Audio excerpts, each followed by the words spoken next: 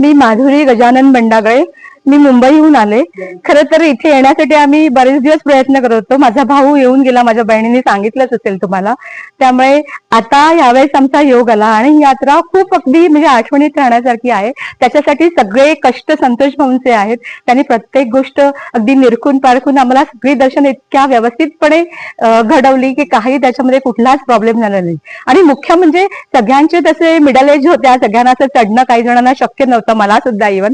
पण त्याने इतक्या सहजतेने गाडी वगैरे अगदी देवळापर्यंत आणली. आम्हाला काही असा शारीरिक त्रासही नाही झाला आणि सगळेजण भेटले वेगवेगळ्या ठिकाणचे. आमचं असं एक कुटुंब झालं आणि इतक्या छान देवाची दर्शनं घडली ना, म्हणजे असं तृप्त व्हायला झालं.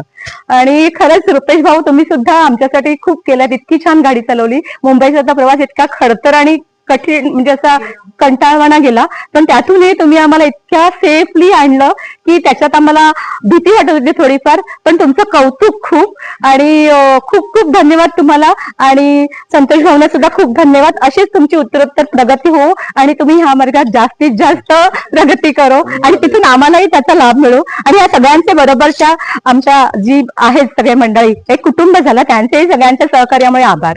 आणि काही चुकलं असेल तर माफ करावं. धन्यवाद.